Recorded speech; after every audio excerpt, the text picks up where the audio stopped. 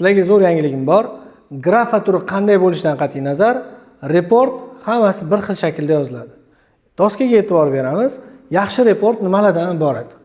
Birinchi biz introduction yozishimiz kerak. Introduction bu grafa nima haqida ekanligini ko'rsatadi. Keyin esa general overview, ya'ni grafadagi eng katta va eng kichik trendlar o'suvchi yoki tushuvchiligi yoki umumiy ma'lumotlar beriladi. Va keyin esa body paragraflar yoziladi. Body paragraflarimizda detalli ma'lumotlar beriladi. Conclusion mumkin emas degan belgi qo'yib qo'yganman. Nimaga? Chunki conclusion odatda shaxsiy fikr, qanaqadir maslahat va shunga o'xshash, demak, o'z fikrlaringizdan iborat bo'lgan ma'lumot bo'ladi. Buni asosan biz essaylarda yozamiz, lekin task 1 faktga asoslanganligi uchun biz conclusiondan foydalanmaymiz. Bizni faktga asoslangan xulosamiz introductiondan keyin kelgan general overview hisoblanadi. Mana shu demak qismlar reportni asosiy tarkibiy qismlarini tashkil etadi. Endi esa sizlarga qanday qilib yuqori darajali introductionni osongina usulda yozishni o'rgataman. Introduction o'zi nima? Introduction bu what does the chart show? Ya'ni grafa nima haqida degan savolga javob beradi. E'tibor beramiz, introduction ketma-ketligi qanaqa bo'ladi? The type of chart, ya'ni grafa turi, line graph, bar chart, pie chart, map, process turi beriladi. Keyin function qismida biz illustrates, depicts, describes, gives information about va hokazo o'zimizga yoqqan tasvirlaydi yoki ma'lumot beradi ko'rinishdagi bitta so'zni qo'yamiz. Eng muhim qismi bizga object qismi hisoblanadi. Ya'ni bunda biz o'sha grafa nima haqida ekanligi hamma ma'lumotlar beriladigan qismi shu. Ya'ni paraphrase qilinadigan qismi shu hisoblanadi. Ketma-ketlik bo'yicha keyin joy va vaqtni berishimiz mumkin.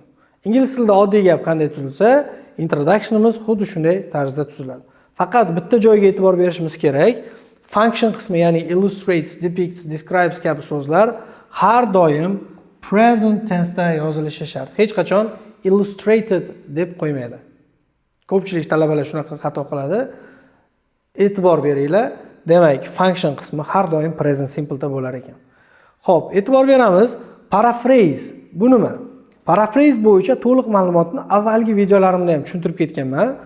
Bu berilgan so'zlarni va berilgan gapni sinonimlardan foydalangan holda yoki gapni strukturasini o'zgartirgan holda boshqatdan yozib berish. Paraphrase o'zi nima? Paraphrase bu berilgan gapni sinonimlardan foydalangan holda yoki gapni strukturasini o'zgartirgan holda boshqatdan yozib berish. Xo'p, biz berilgan shartni, ya'ni grafa tepasida berilgan shartni paraphrase qilgan holda introduction yozamiz. Bunda nima bo'ladi? Deylik, grafa shartida the graph so'zi berilgan. Biz uni grafa turiga qarab, agar line graph bo'lsa, the line graph ko'rinishida yozishimiz mumkin. Shows so'zi odatda beriladi function o'rnida va biz buni xohlasak masalan gives information regarding, ya'ni bo'yicha ma'lumot beradi. Yoki bu aytganimdek illustrates, depicts, describes kabi so'zlar. Keyin eng asosiy qismi bu object qismi, uni paraphrase qilishimiz kerak bo'ladi. Mana shu joyda sizning ingliz tili mahoratingiz sinaladi. Ya'ni the way in tons of fruit produced, ya'ni ishlab chiqarilgan mevalarning og'irligi tonnalarda o'lchangan degan ma'lumot shartida berilgan. Biz uni nima qilyapmiz?